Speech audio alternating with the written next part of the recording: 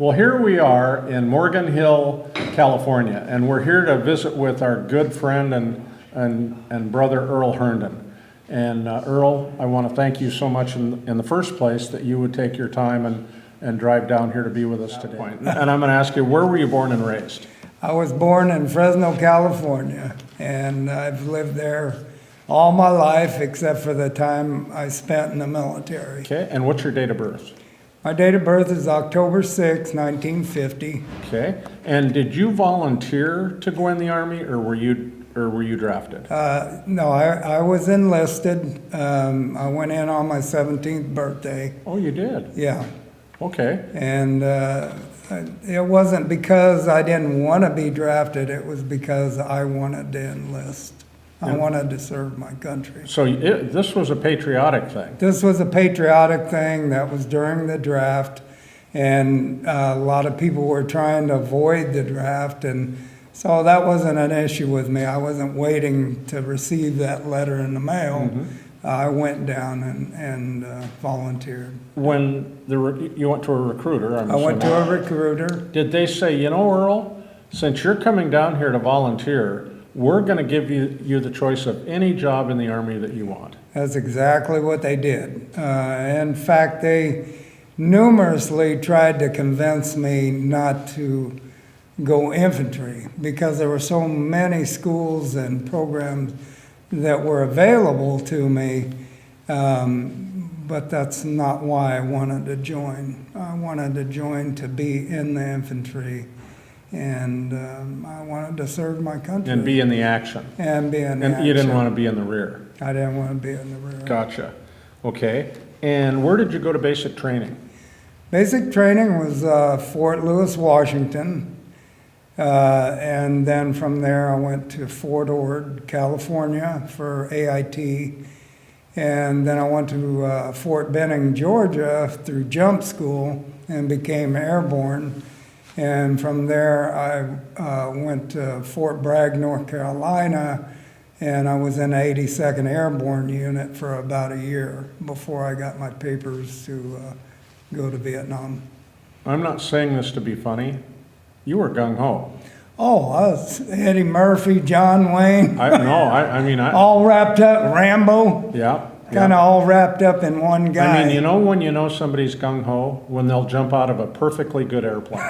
I mean, that is the mentality of a gung-ho person. Oh, I'm yeah, going to jump right out of this plane that has nothing wrong with it. Yeah, we're not afraid of anything. Did he say Eddie Murphy?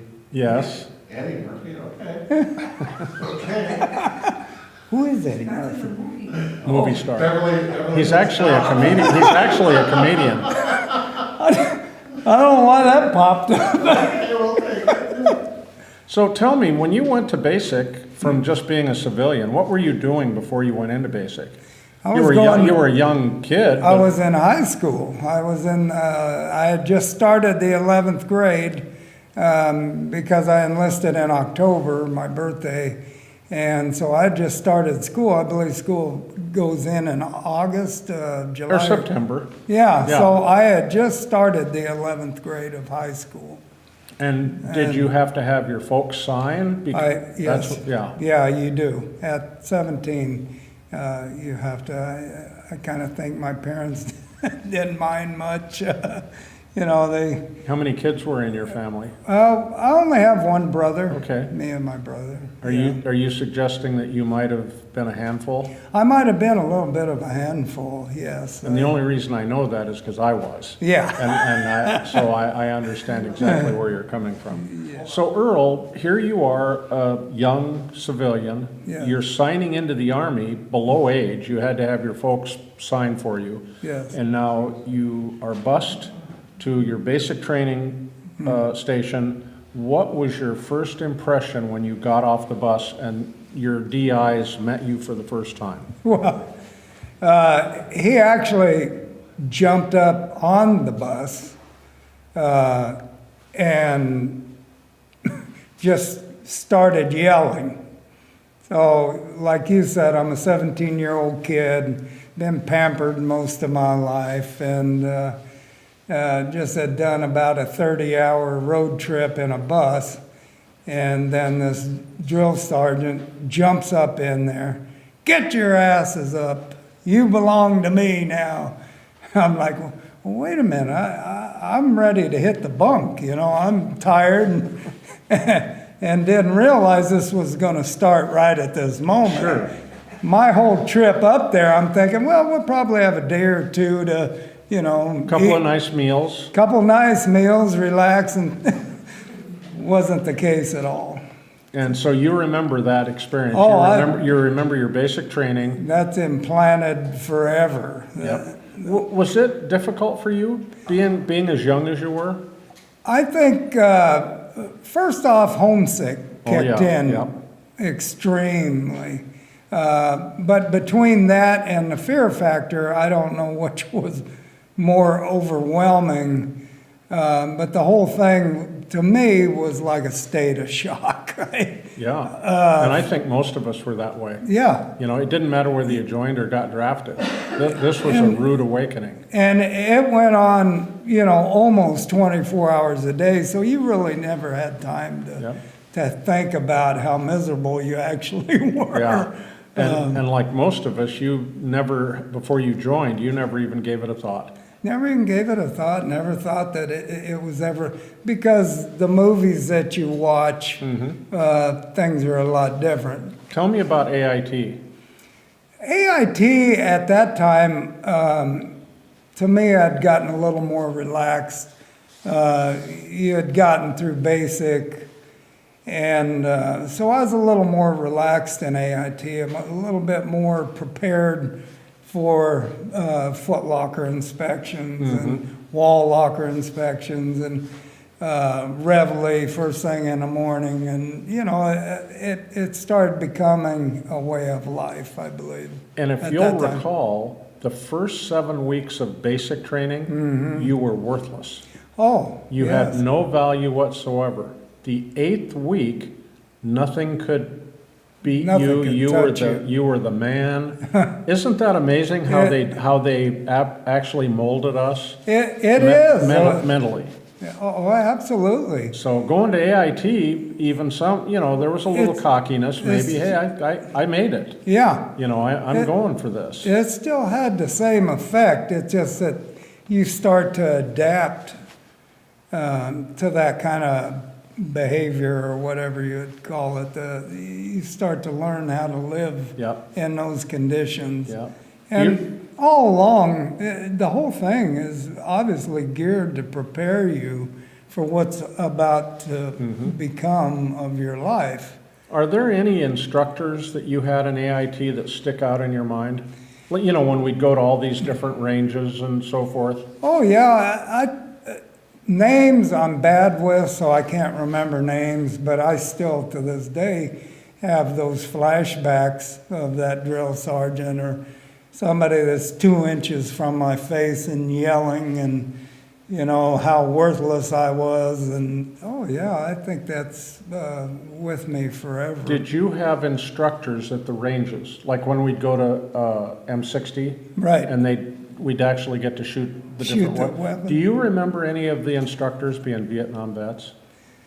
I pretty much think a lot of them were. Yeah. I can't think of any that weren't. Did any of them seem like they were more emotional and wanted you to pay attention more because of what they had been through? Oh, absolutely. Yeah, and that's the way that was the way it was with me too. Yeah. Actually, the first week when we went to a class, it was a Vietnam vet, and he'd been busted up real bad, so he was on canes. And that was not uncommon. They'd come home, have 6 months to do, they'd send him out there to instruct.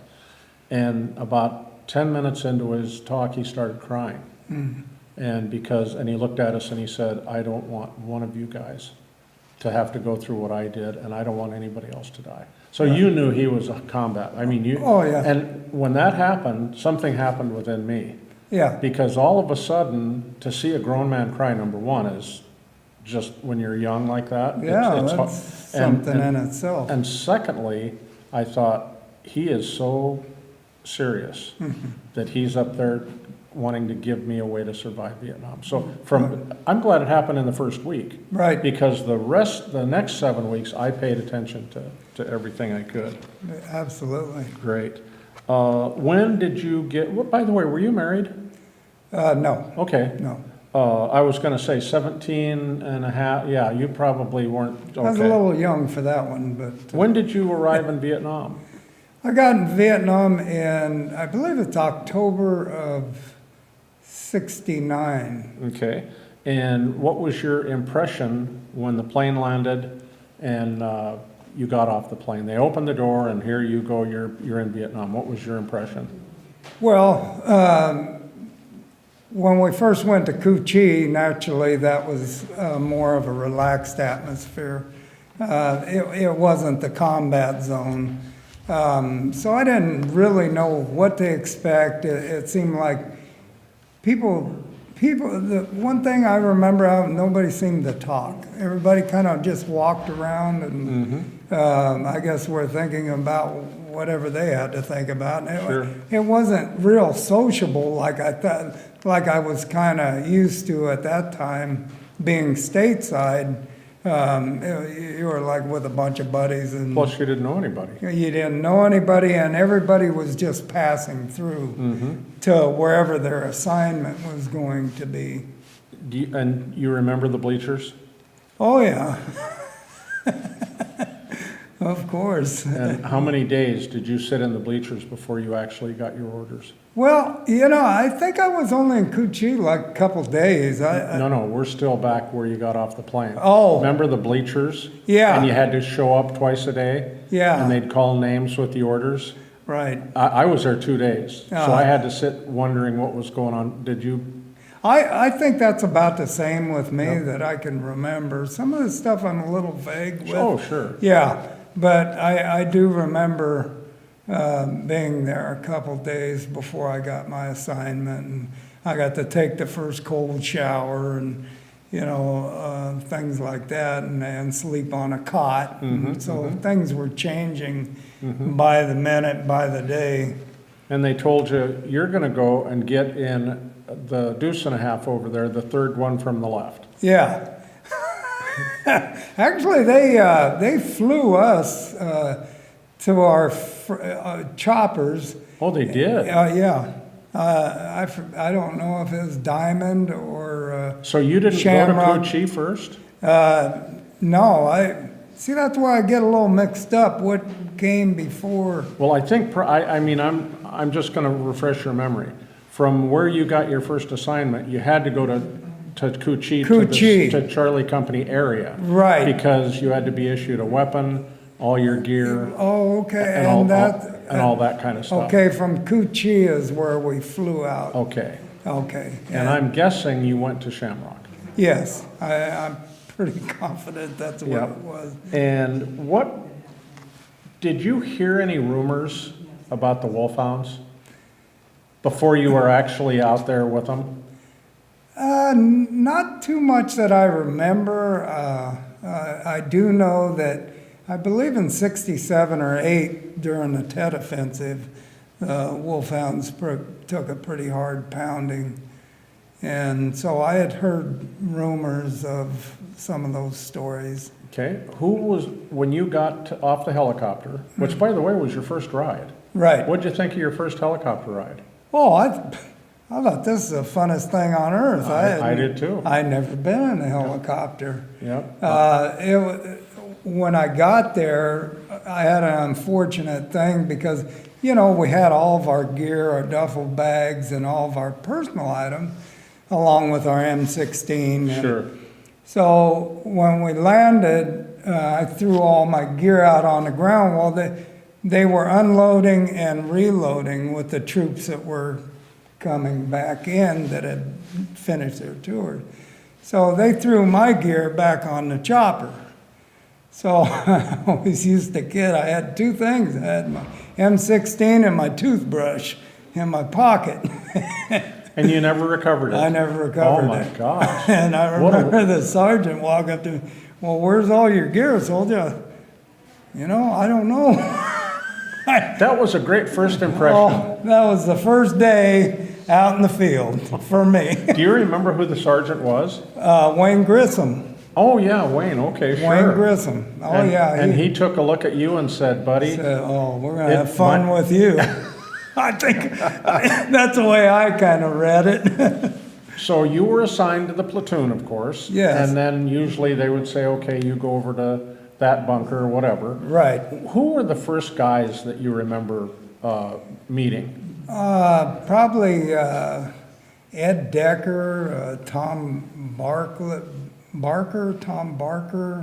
Wayne Grissom, and then I start losing track of a lot of them. Vladimir Honchar was one of my best friends. And was he just an infantry guy? Yes. He didn't carry the radio or anything? No, he was an RTO. Oh, yeah, okay. Yes, yeah. he was. Okay. Hmm. And they had signed you a job. Yes. What was your first job when you got into the platoon? The first job was point man. For Right out of the right block. out of the git. Yeah. You know, Yeah. we usually waited at least a week before we put new guys out there. No, they pretty much let us know the new guy in country was Wow. the front of the pack. Welcome to Vietnam. Welcome to Vietnam. So you were walking point, and Walking point. a couple of you maybe, a radio guy with you, and Yeah, we had a platoon, if I remember correctly. Yeah, RTO, but you were out. You were- M60 gunner. We had demolitions. Yeah. We blew up a lot of bunkers and rat holes and all that kind of stuff. Yeah. Did you even have a concept about what point men were all about? I had absolutely no idea. I didn't know which way to go or what to do. I was just told to watch for booby traps. Unfortunately, I did hit one of those, but that's part of. Was that when you were walking point? No, actually, we had gotten a little firefight, and I took off running, and I tripped a wire, and it wasn't much. Was it an old Chi-Com grenade or something? Or I believe it was something that was man-made, like they say, like they would use coffee cans yeah, or yeah, whatever. yeah. Because I was just splintered with Yeah. little pieces of shrapnel. So Shamrock was your first place. Yeah. Where did you go after that? To my recollection, I believe it was Diamond. Okay. And that would have been probably Diamond 3? Diamond 3. Okay, Yeah. yeah. And what was your impression of being out there on the Cambodian border? Well, that's when things got pretty intense, and that's when you really started realizing that, I might not get home from this experience. The realization started to set in more. Oh, yeah, it got real serious. It got real serious. As a matter of fact, I don't want to put words in your mouth, but the day it got real serious is the first day you walk point.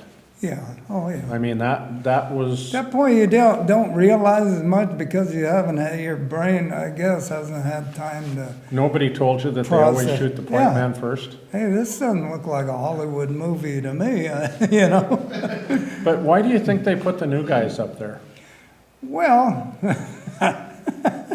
I think when you have time and grade, you move further back, and I think you're right. that was my thinking. Yeah, I think you're absolutely correct. What is your memory of the very first ambush patrol you went on? Night ambush patrol. Well, I remember vaguely there was movement out, and at that time we were assigned a partner to where you slept 2 hours, and then you woke up your buddy and he watched, and you went back and forth, and there was movement out in front of us, and it just kind of, from there, there's parts of it that I remember, but I don't. I just remember being in a firefight. We had some people injured, and that's about. Did you guys pop the ambush? Yes, we did. Okay. Yeah, we were told not fire, and there was a lot of talk. You could hear basically trying to figure out what they were looking at because it's nighttime. You can't tell if And there was only one starlight scope, so whoever had that was whoever trying had to. that, and you Yep. didn't know if maybe it was a farmer or something or a civilian that could have been out. They shouldn't have been. Yep. In this area, but especially towards the Cambodian border, you pretty much knew it was the NVA, but you had to be careful about just opening up on somebody. Do you remember a place called the Fish Hook? The fish hook, no. Angel Wing? I think, yeah, Parrot's Beak? yeah, parrot speak. Well, that's where we were. I Yeah. mean, that was right on the border, Okay, which was probably one of the most dangerous places in Vietnam. yeah, Because as you know now, that was the NVA stronghold just on the other side of the border, and that's how they Right. were operating into Vietnam. and that's the Ho Chi Minh Trail. You got it. Yeah, And our job, was to sit right in that trail and try to see if they'll run over us, right, which I, to this day, have never understood, why you Right. would want to put your guys in a situation like that, but. yeah.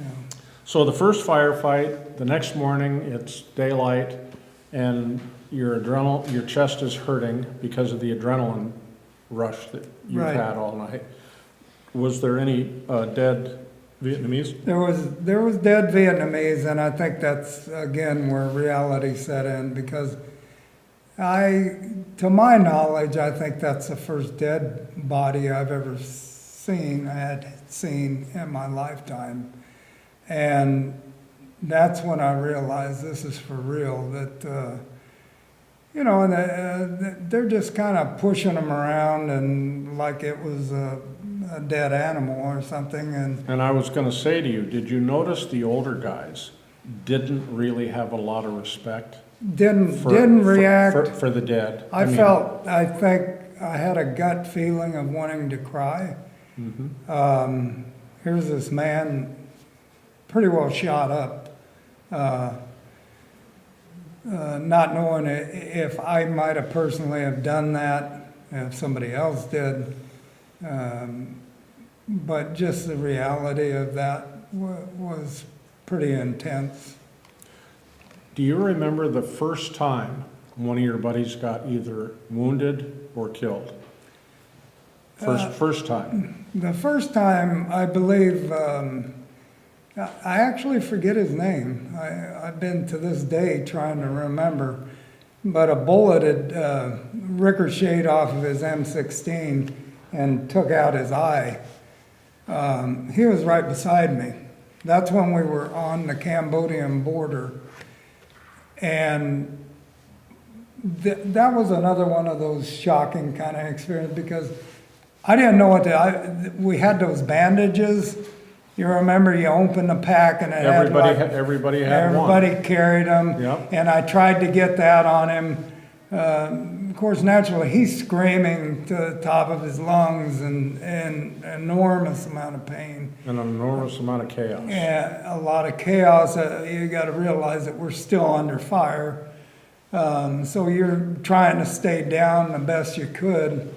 And finally, the medic came and helped out. But yeah, that was kind of one of those. So what was day-to-day life like in the platoon? Did you get to sit around the fire support base a lot and just drink beer and have a good time? We kind of had our days. It wasn't all bad. Sometimes we'd go out on patrol, do 10 miles, 15 miles, and not see or hear anything. Almost like those days became boring because you were ready at all times. So when we had our off time, we enjoyed it. I think along with everybody, I smoked a little pot here. Were you a beer drinker? I was a beer drinker, okay. an 18-year-old beer drinker. Were they still after I left, I don't know what happened, but they used to give us 2 beers a day Yeah, or 2 Cokes. 2 Cokes. And I always took the Cokes and traded, or no, I always took beers and then traded them. You know, there were guys that really liked their beer. Yeah, And I could trade them those beers for other things. you know, type of thing. yeah. I kind of enjoyed I believe it was Pabst Blue Ribbon. It was Pabst, you're absolutely correct. That's Was exactly the what it one was. we got most of the time. So a typical day, you could go out on a sweep, day Right. sweep. Tell me about the first time they had you sweep through a village. Well, those were nerve-wracking because at one village, we did have a child run out with a grenade. Fortunately, we didn't have any casualties, but what that told you is you couldn't trust anybody, whether it be female, male, child, whatever. So that really put you on point. You wanted to feel like you were relaxed and going through a village, and we also at one time had problems with a water buffalo that had charged on some of the troops and Where they hated GIs. Oh, oh, they hated GIs, and we unfortunately shot this water buffalo, which is like somebody's tractor. You know, Yes. that's a big deal oh yeah. for a poor farmer. So I just really remember that day for some reason. It really stuck in my head. You may not realize it, but somebody came in after you and gave that guy $500 US. Oh, That's what we used to give him, $500 for a water buffalo. yeah, okay. And so $500 That's a lot of money. US. Yeah. That farmer suddenly went from wearing Hirachi sandals to wingtips. I think. He went to a John Deere. From a water buffalo to a John Deere. Like Who was one of the first guys in the platoon that you knew that got killed? And where were you and what were the circumstances? Mike,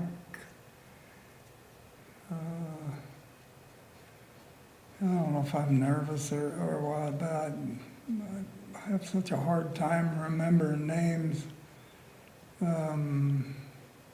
Was he a friend of yours? Oh, yeah, real good. How long had he been there? He'd been there about 6 months.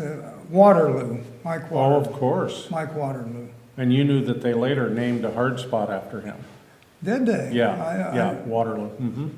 Oh, yeah. He was probably one of my closest friends, and yeah, those are hard times. Those are hard to remember those days. And he was the first He's the that first, killed that Right. was close to you. right? That did something to you. Oh yeah, for sure. I had changed. I had been changing through the whole tour that I was in Vietnam mentally. By that time, the feelings of being comfortable or things in my life had drastically changed. Now it was like warfare.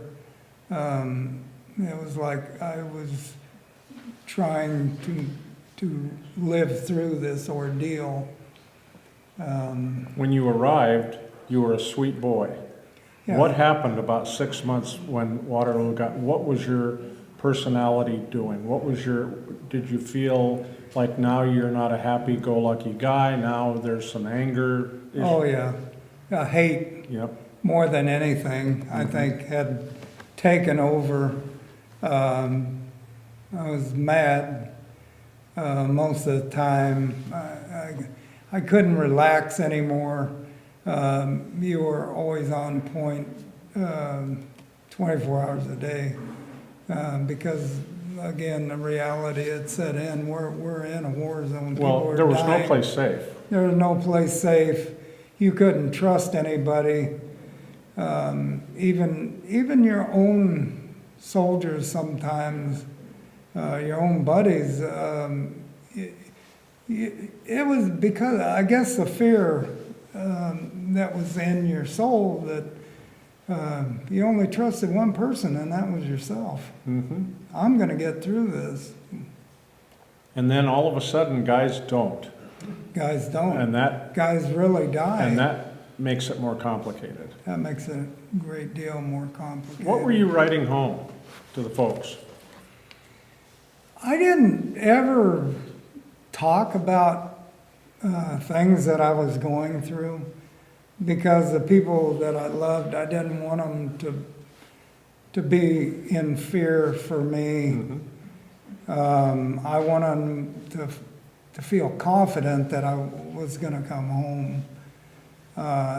Very seldom did I ever write about what really was going on. So did you write to your mom mostly, or who was the people that you would write to the most? Probably my brother. Okay. I had a little bit of a difficult child upbringing and with my parents, and so I did write that, but I think the majority of the time I wrote. Would you my tell mother. him what was going on?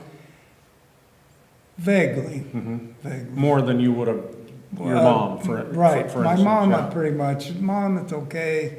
You don't have to worry. You know, I'm gonna be home in 6 months. Did they ever give you back the letters that you wrote to them? No, I never. When I came home, I never even thought about this, but my mother and father saved every single letter that and they were divorced, so they were in two different areas. But I guess I was at Fort Campbell, Kentucky, finishing up my time, and she said, "Oh, by the way, when you come home, I've got a box of stuff for you that I want to give you." And it was every single letter that I ever wrote to her. Well, I packaged them up and put them.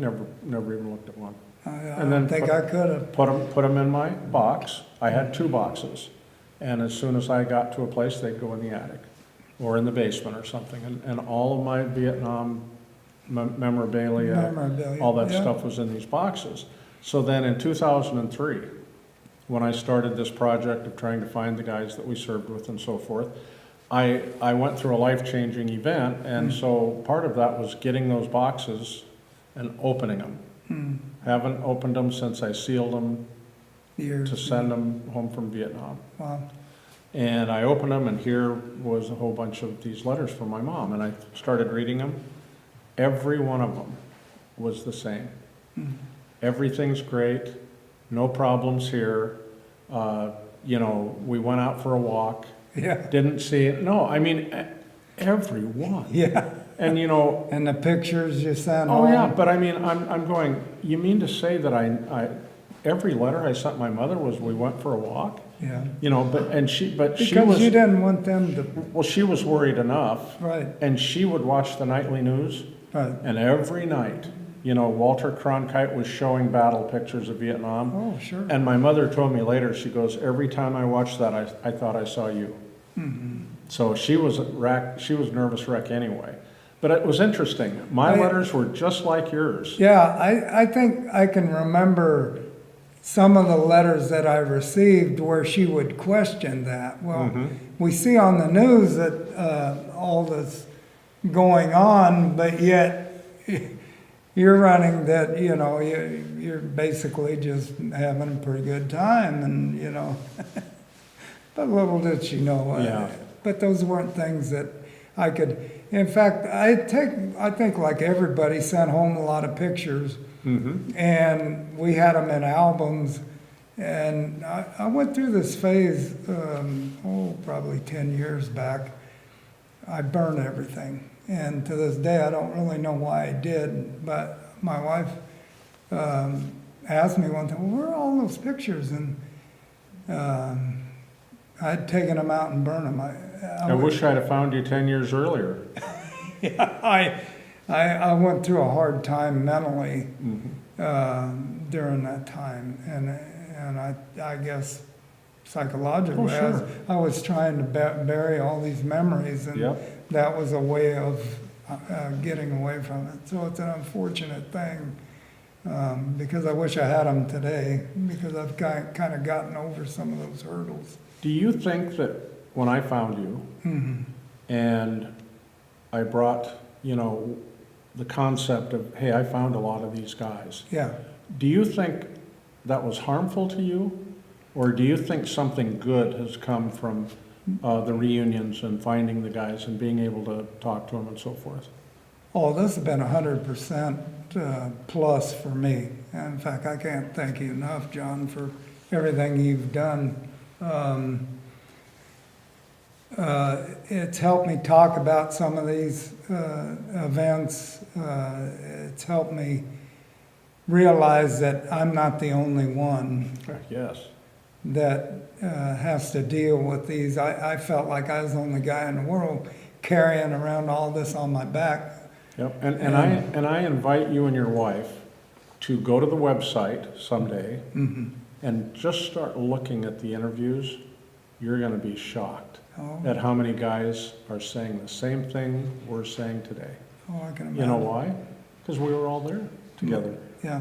We experienced, now, you were over there and I was over there, but Different we were time. we were in the same firefight. Different, you saw something, I saw something, you know, Exactly. so we both tell a story, but it could be different. Right. But same firefight, but because my angle or whatever, I didn't see everything you saw. Right. But you'll recognize that all of our guys, they have pretty much This has same been an story. absolute healing experience for me.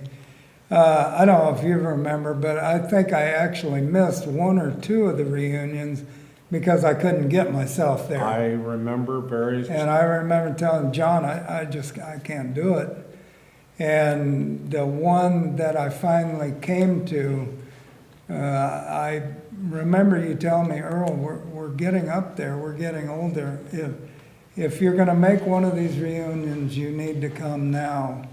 And that's when I finally got myself to and I'll never miss another one. Well, and I knew you were struggling. I was. Because you were very excited up until the day or two before you were supposed to go, and then I didn't hear from you, and then you didn't show up. So Right. immediately I knew it wasn't because the car broke down. Right. And I recognized the fact that you were actually struggling I was struggling mentally. to do It that. would And believe me, become, I understand that completely. I understand. yeah, it would become overwhelming to where I just couldn't do it. It's almost like you get paralyzed. Yeah, the anxiety is a horrible thing. And as you know, in the reunions, one of the things, especially in the early reunions that we used to do, is I'd put up a slide, Lost Buddies. Right, And that was the guys that I just had not found yet. And we always used to talk about these guys because I would get information, maybe a hometown. Somebody would know, but I didn't. right. So, I mean, it was a great source of, your name came up every single reunion. And every single time, 3 or 4 guys raised their hand and said, he's the guy that got shot in the ass on the river. We would give anything to see him again. Can you give us a little background? A little insight on being shot in the ass, John? What were they telling, what were they talking about? What were they thinking? Yeah.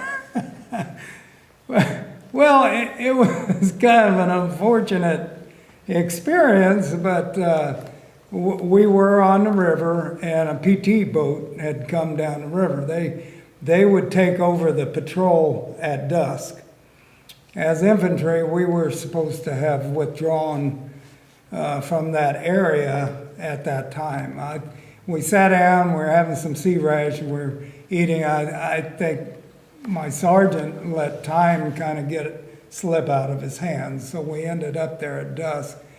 And well, when this PT boat went by, he saw a movement. We were trying to hide the best we could because you knew what you were up against. Well, it went down the river just short distance and circled around. Well, when he came back around, he just opened up with the 50 calibers on the front, and everybody just scattered. And I was trying to find some kind of cover, and there was nothing. I was on a beach, so I just dove on this beach. My head was facing the river. I was probably 100 yards from this boat. Well, I was in a prone position. I was laying on top of my weapon, And the round went right across my back, it hit me in the butt cheek and took the heel of my boot off. So that's about as close as you want to get to a 50 caliber round. Do you still have a scar? I got a scar. Can I see it? No, John, you're not going to see it. I mean, just to verify. So, did anybody else that day get injured or killed? We lost one guy, Mike Raber. Very unfortunate. He got hit in the stomach with that same weapon, and we can all well imagine the outcome of that. He was pretty close to you, wasn't he? I mean, Real close. There was this big stump of a fallen tree, and he had got behind it, and that was where I was trying to get, but I could see there wasn't enough room for both of us. So that's when I had to dive on the beach. But I think as that gunner, from his perspective, well, there could be somebody hiding behind that stump. So he just turned it into sawdust. I mean, he just stayed on that thing for a period of time to where there was nothing left. And yes, that was a casualty. did he survive the bullet wound? Did he live a little after that, or was it just instantaneous? No, he was alive. This is a story I don't normally get too involved because I was kneeling right beside him, and he was his whole stomach was out of his body, and my sergeant was telling me to put his organs back into his body so we could get him on the chopper. I think I was in a state of shock because after that, I don't remember too much. I don't remember where we went. After that, I know they put us on the boat and they took us to wherever their location. You're talking about the boat that had just shot you guys up? Yes. Yes, because we finally got some flares in the air and everybody's yelling, "Chuhoy, we surrender."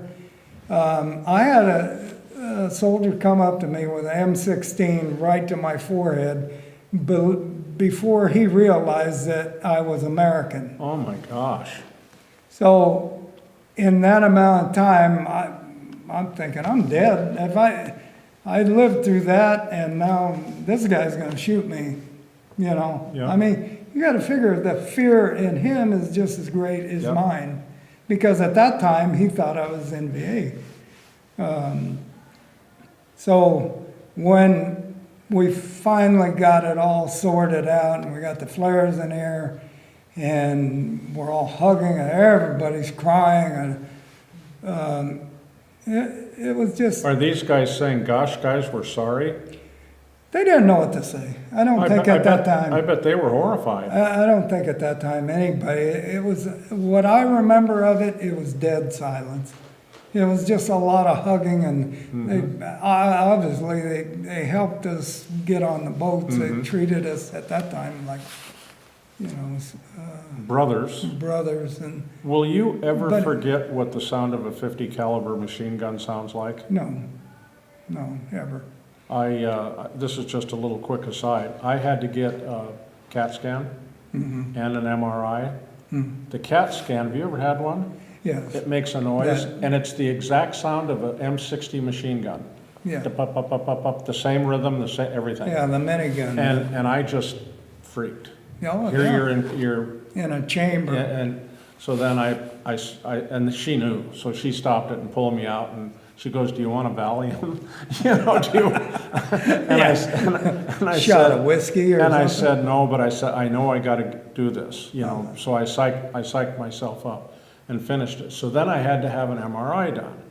In the MRI, same thing, but now it's a 50.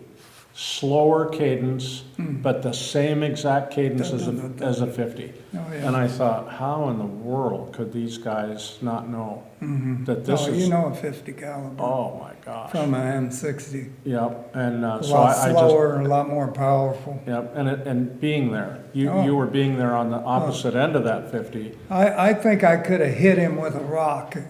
That's how close I was to that boat. And back to, was his name Raber?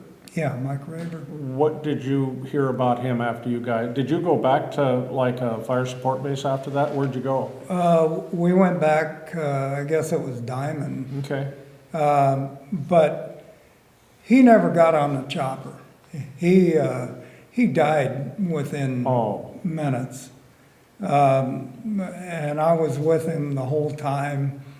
And that's where, when you're really looking into somebody's eyes yes, and you know they're taking their last breath, it's something you're not going to forget Never. for the rest of your life.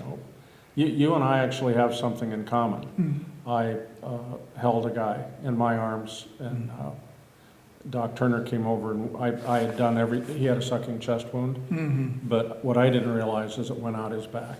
And it went in about this size and came Yeah. out his back about like that. Yeah. It was an RPG No. frag. And Doc says, he ain't gonna make it. And I said, I was a new guy, and I said, what, this was the platoon sergeant. Yeah. And I said, what am I supposed to do? And he says, you just lay here with him and just keep talking to him and saying everything's gonna be okay, and the medevac's coming. Right. And so I was shocked. I was in shock like you just said. Yeah. And so here I'm talking to this guy, and he's looking, right, he's just looking in my eyes, and I'm looking in his, and he took his last breath, and I was holding him in my arms. Yeah. And that did something to Oh, me. yeah. I mean, that, You'll carry that with you the rest of your yeah, life. and you and I know what nightmares are and flashbacks Oh, and yeah. stuff. A lot of people don't realize that it is so lifelike, and it's in living color, and his eyes. I see. You see it every day. I just, it's never gotten away. When you had first got a hold of me through the VA, I believe it was in 2006, my wife had just taken me to the hospital for PTSD, because I lived all those years not knowing that I had something wrong with me or something that I Of was course, sure. dealing with. Yeah, Because, I just figured, well, I'm, just living my life. I know I got, but she told me that I needed some help. So we went to the VA, and I got set up with a psychiatrist, but it was such a coincidence, because about 2 days after that is when you called me. isn't that something? Because I guess you said that you saw I finally registered with the VA. Yeah. That's why you couldn't find me. Yeah, exactly. That's how and it happened within just a couple. Wow. I'm going, wow, is this some kind of a miracle Yeah, probably. or what? Think about it. What are the I hadn't what are had the any what contact are the with chances? anybody for 50 years. What are the chances? I go down to the VA, and the next day or two, you call me. Yep. Yep. It was Let's talk about when you got married. okay. How old were you? I actually have been married twice. Okay. I came home from Vietnam in 1970. I believe I got married in 1971. It was 3 or 4 years of a pretty hard experience. I should have never got married. I drank extremely all the time. And so we got divorced. And then I met my wife, Yolanda, about 3-4 years after that. And we've been together ever since. We'll be married 40 years. Did she save your life? Oh, I believe she I, did. I've said this a million times if I've said it once. I was a 3-time guy. Okay. I didn't just go lose 2 times. Laura's my 3rd wife. Okay. And do you think that Vietnam had anything to do with your first divorce? Oh, it's 100%. 100%. Yeah, it's same, 100%. same It was thing. never meant to be, because not only dealing with stateside, trying to adjust, we had no support at all from the VA or Oh, anything yeah. else. Well, if you went to the VA and you still had both arms and both legs, You were they good. told you to hit the road. Yeah, go get a job. Exactly. You know? Exactly. There was no help. There was no mental help. There was no help in finding jobs. I remember applications I would fill out, and I'd put, it has that, were you in the military? Yes. Didn't do a bit of difference. It didn't help me Yep. get a job. Nowadays, they have incentives that help our soldiers. Yes, like the post office and different Exactly. places like that. So you got married and you had kids. Yes. How many kids? We had 3 kids, 2 boys and 1 girl. And what are they doing in life now? Well, obviously they're all grown. They're 36, 34, and 32 years of age. One works right here in San Francisco for like a furniture outlet. One of my sons, my other son works for, they set the cones out on the freeways and Oh, yeah. safety patrol or whatever they call it. And my daughter, she works for a pharmaceutical company. Good, yeah. Yeah. So I've just had a thought. Going back to the 50 caliber machine gun day, was there a thought that ran through your mind that this is it? That day especially. I mean, that you I were- thought there's no way am I gonna live through this. I'm laying on the beach. I have no protection whatsoever. The only thing I figured out is the fatigues had to be enough camouflage that even he couldn't imagine somebody being Yeah. that. So but the sound of that weapon was so close to me and it's coming at me that I'm just waiting for the bullet to hit me, because I knew there was no way out of this. I couldn't move. I couldn't do anything. I was totally helpless. What was going through your mind? I think at that time I was crying.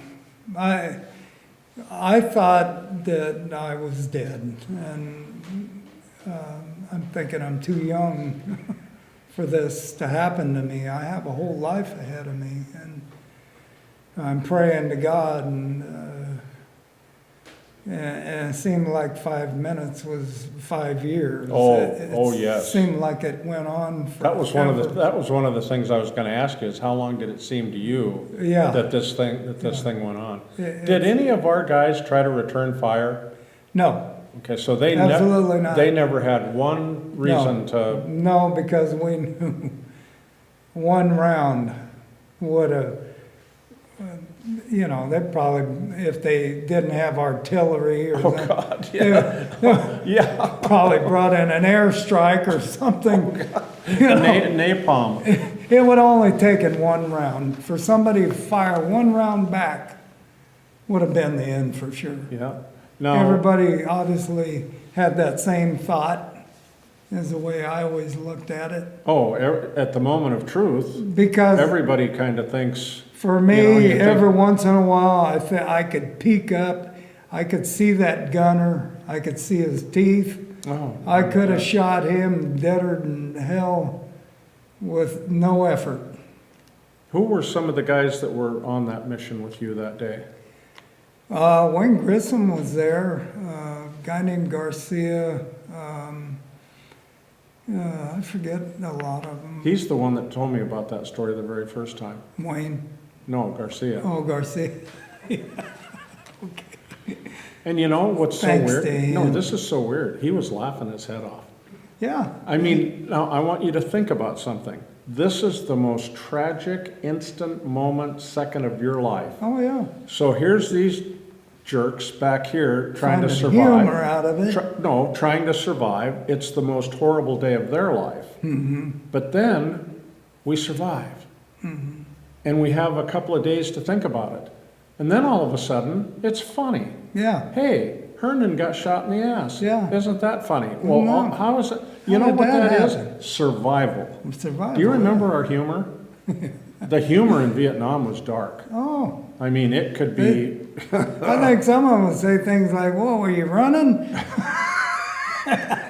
Well, wait a minute. No, I wasn't running. and you know what they were suggesting, that you were running away. Yeah, exactly. That's exactly what they were saying. But I don't think I even realized that I had been hit until somebody came up to me and told me I was bleeding. And then I reached back there and, oh, what happened here now, you know? And like I said, it destroyed my boot.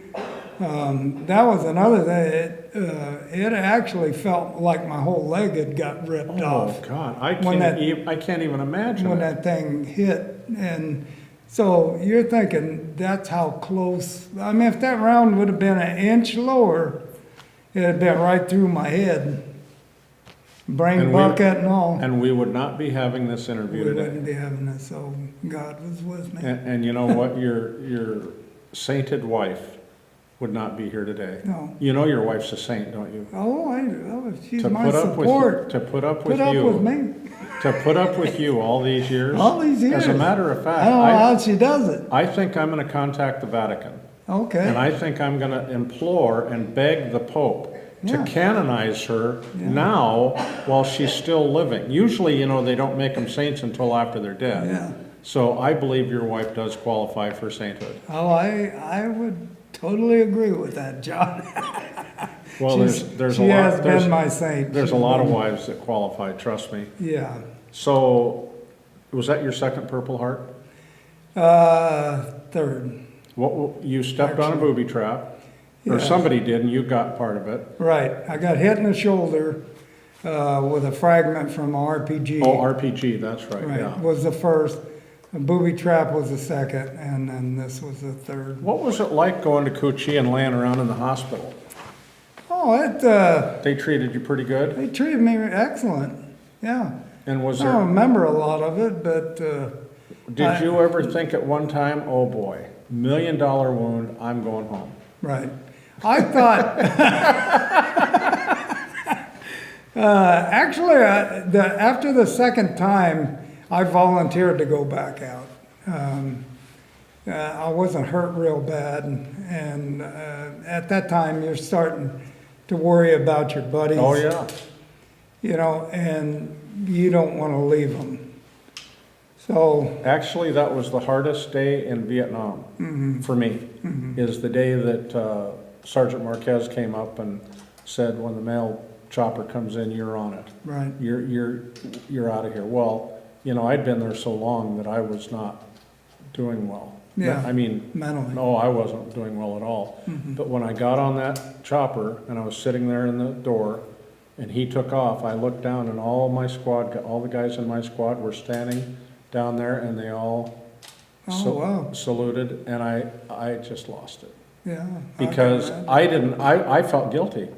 You I'm, do. I'm leaving those guys. You do. I mean, I felt so guilty, and I lived with You that. want to be there with them. I've lived with that for years. That's one of my demons. And Because- it doesn't sound like it should be, you know, hey, you're Yeah, getting out of but- here. But they were always there for you. Yep. That's the kind of brotherhood that something like that brings about. Yep. Is, yeah, the closeness. You do become brothers, and it's hard to leave them. Did you get an R&R while you were there? I did, but I didn't take it. Where would you have gone? I think Thailand, Yep, that was a lot of guys went there. Hong Kong was another one. right? We interviewed a guy that actually got an Australian. Oh, That was the jackpot, remember? Yeah. Australia was, or Hawaii. the wasn't it? married guys. Some of them were going to The married Hawaii. guys got to meet their wives in Hawaii. Right, exactly. Yep. And no, I actually didn't take it. You just were having way too much fun out in the field. Yeah, yeah. Okay. Okay, how many months did you serve in Vietnam? A little over 13 months. Okay. And I did that, Did you have a 3-year commitment when Yes. because you joined? yes. Okay. Uh-huh. And did you have any other jobs in the company besides being out there being a infantryman? Well, I did. At the end, in fact, that's why I re-upped to stay there that extra time. At that time, if you were 6 months or less when you got stateside, you could get the early out. So I was just a month or two off of that. And at that time, I was a lifeguard at the swimming. That's where you met Vladimir. That's where I met. 'Cause he was a No, lifeguard. I knew I got Vladimir the job at the Oh, swimming. because he was a lifeguard too. Right, Okay. but he was out in the field, and I got him that job. Do you remember, was the swimming pool called Waikiki East? That's exactly what it was Do called, you know John. why? No. Because I helped build it. Did you The really? last month, my last month, I was with the guys building that Waikiki East. And that, they I've had got- a liner? I've got pictures. Oh, It was amazing. And you know, all the time I got madder. Every day I got madder and Yeah. madder because I wasn't going to get to use it. By the time, because it took a while. oh yeah, You know, and I'm sure and it did. And I knew I was leaving before it would be finished. But I knew somebody was going to enjoy it. There was a friend of mine, his name was Ed Decker. I think we've tried to locate him. I knew him from the field, and he was the first one to get the job there. And so when he heard I was getting offline, he helped me get into Cool. that. So that worked out really well. The one thing that actually Tommy Clack's helping me work on is they made me change my MOS to a recreation specialist. Wait a And minute, that doesn't sound right.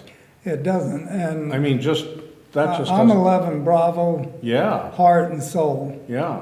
and we're trying to get that corrected. I mean, can you imagine, you and I go to a high school, and we're speaking in an auditorium to 250 kids, and we're telling them about our Vietnam story. Right. And one of the kids raises their hand and said, "Mr. Herndon, what did you do in Vietnam?" And you go, "I was a lifeguard." Yeah, at the swimming pool. Not the image I want to portray. Not exactly. Because of the fact that, well, like all of us, we're dedicated, devoted infantrymen. Yep. That's what I am from the start. And I have to share this with you because it's on the same vein. I had a month ago, I was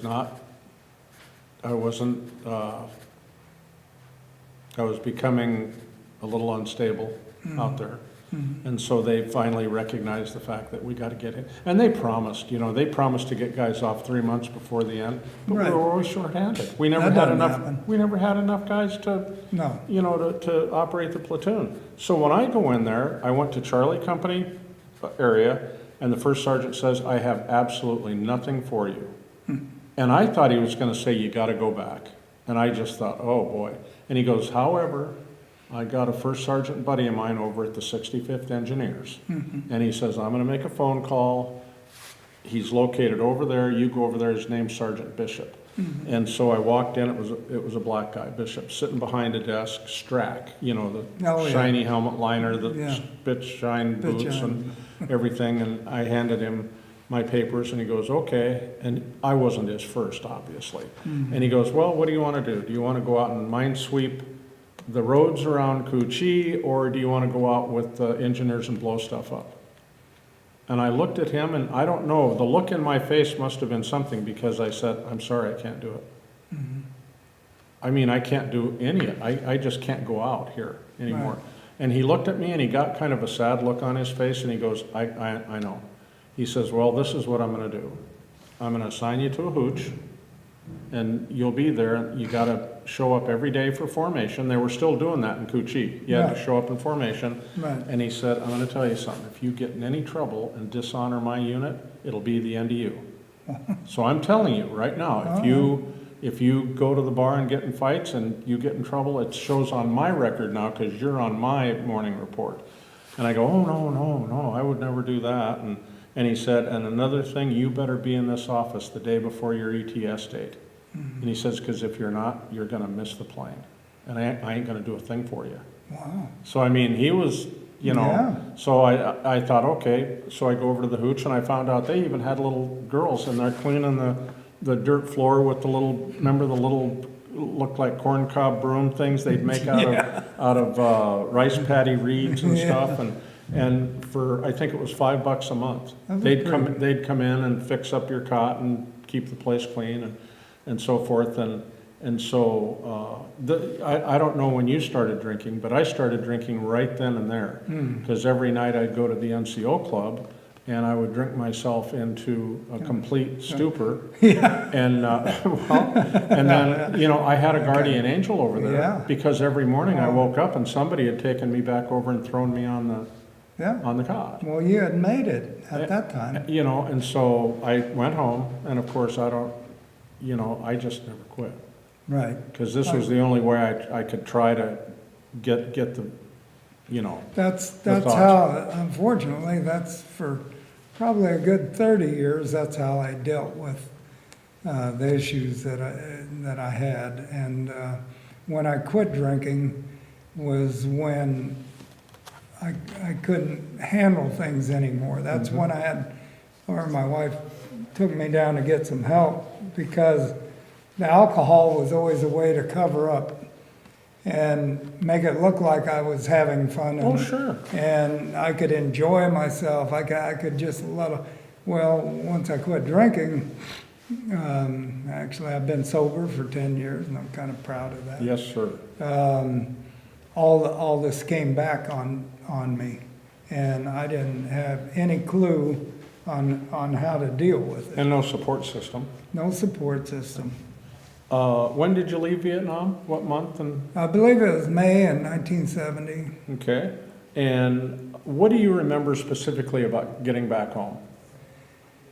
You've gone from a combat zone, now you're getting off of a plane, and you actually are in the United States again.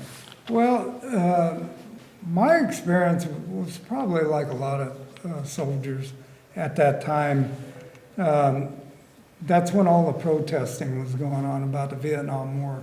Jane Fonda, her name will never leave me, unfortunately. She was a big activist against the war, and I remember telling my mom, I came into Oakland, California, which is about 3 hours from where we lived, and they met me at the airport.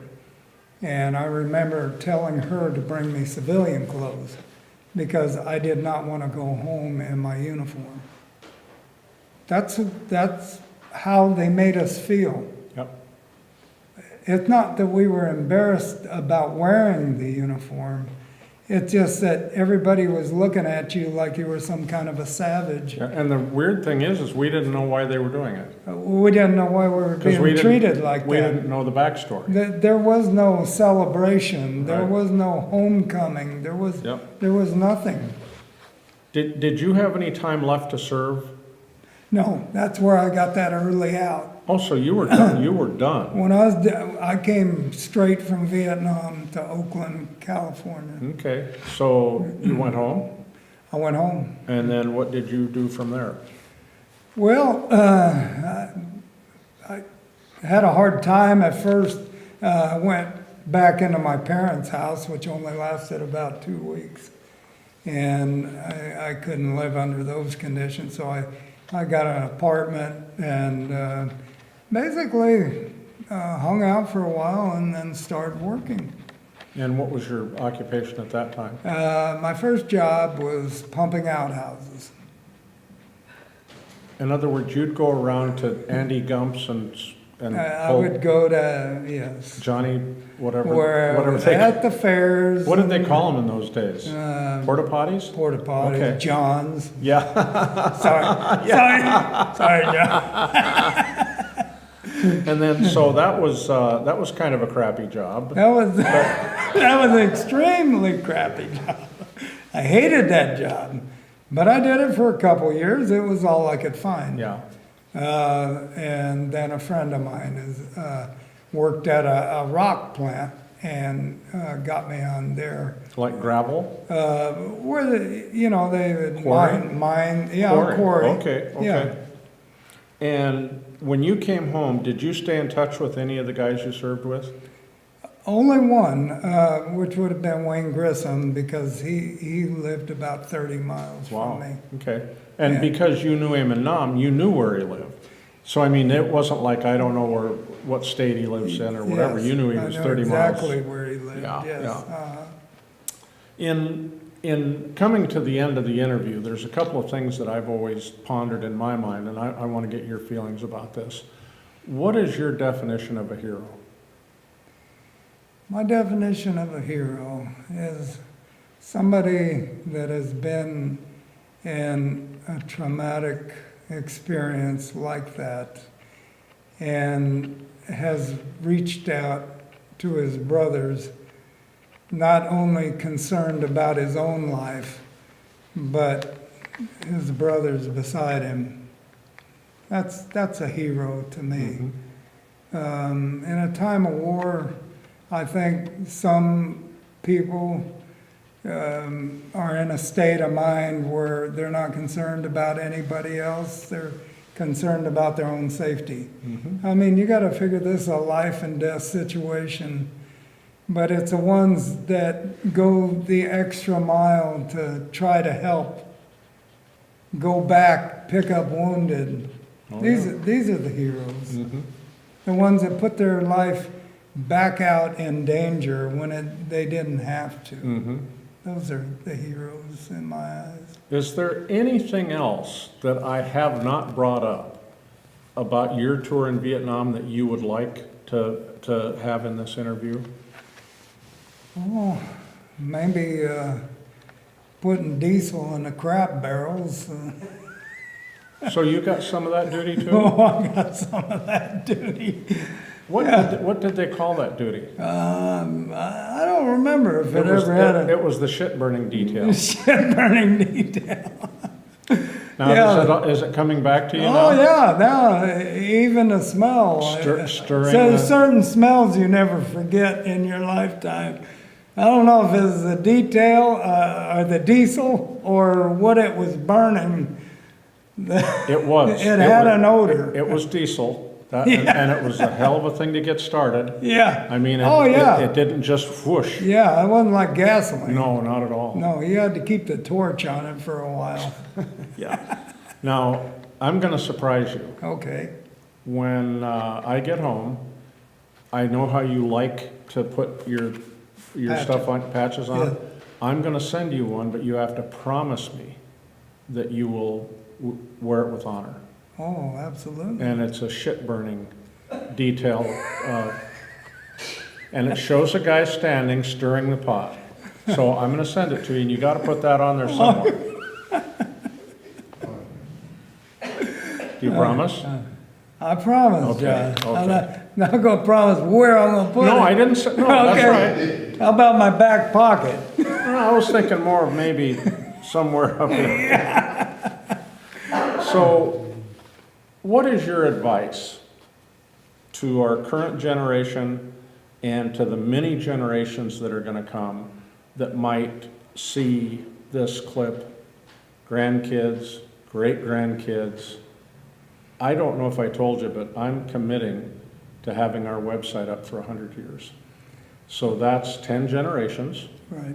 of your family that will have an opportunity to actually get to see you in living color, talking about what we've talked about today. What advice do you have for them? Well, like I said, I can't thank you enough for putting something like this together. Because, for example, my uncle fought in World War II. And I remember as a child growing up, they used the term shell-shocked, which basically is PTSD.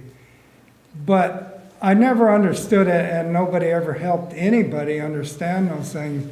When we would go to my uncle's house, obviously he was a drunk and he had a lot of issues. Well, all I was told is don't mind your Uncle Jake because he's shell-shocked. Well, you couldn't help but feel sorry for him Yep. because he had an ailment that nobody seemed to care about or do anything about. And so, in that way, I'm so enthused and happy with the way I honestly believe that our government is helping the soldiers nowadays. The troops come home today, they have support, they have these homecomings, they can be proud of who they are and what they've become. And also, I think the VA is helping for them to adjust the new life that they're about to experience. And so I guess my advice would be, especially for soldiers, go for help, because this is something that you don't want to try to take on yourself, like a lot of us had to do. Yep. And there is help out there, and thank God for that, because I don't think anybody can just go from a war zone to civilian life without having some regrets. And so, yeah. And I will share with you now that one of the #1 reasons that I started reunions is so that the guys could regain their pride Right. in their service. Exactly. Because all of us shut that thing off. Oh, yeah. And you cannot let something sit and not feel good about it. In other words, you feel bad inside about it. Right. And usually that correlates to, I was not good. You know, and that's not true. Right. That's the biggest lie in the world today. Right. You know, Vietnam combat veterans, some of the best people on earth. Oh, absolutely. And Absolutely. boy, I'll tell you, they are worthy Oh, yeah. of people's respect. and They'll so be forth. with you to the end. Yep. It's a brotherhood that will never die, that I believe, as long Okay. as we have somebody like you to. Last thing, last chance. I want you to look into the camera, and I want you to tell all those guys that laughed at you when you got shot in the ass, have something to say to them. Oh, you thought it was funny. And no, I didn't get shot in the ass running either. I'll tell you that. Thank you so much. Oh, You know, you guys made a great effort to come down here today, and I just love you for it. Thank Oh, you. we wouldn't have missed it for the world, John. No way. That's the least I can do. You Good. do. Yeah, absolutely.